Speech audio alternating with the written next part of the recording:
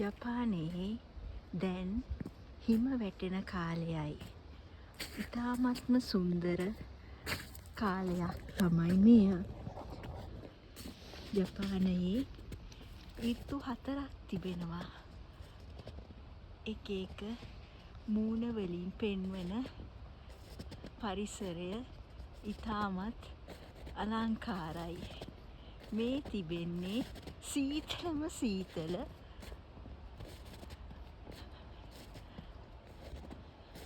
සීතලම හිම කාලයයි. අවට පරිසරය සුදුම සුදුයි. හරිම පිරිසිදුවට පේන්නේ.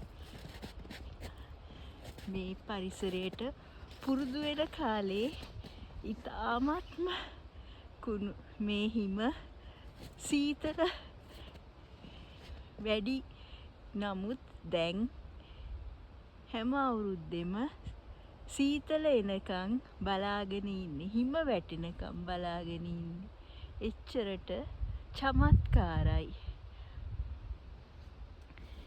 මේ සිදුරු වලින් පෙන්වන්නේ සත්තු, පොඩි පොඩි සත්තු ඇවිදින පාරවල්.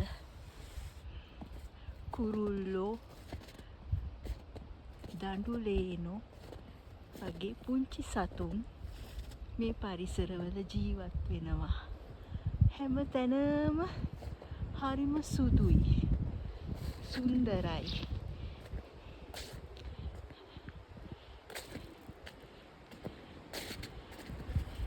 හැම ගහකම කොළ නැතුව සම්පූර්ණයෙන්ම හිම වලින් පිරීලා යනවා.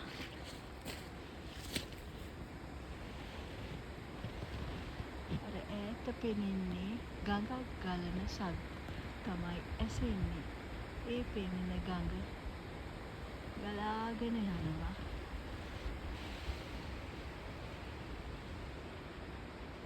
මේ හැම තැනම සුදුම සුදු හිමෙන් වැසීලා තියෙන්නේ.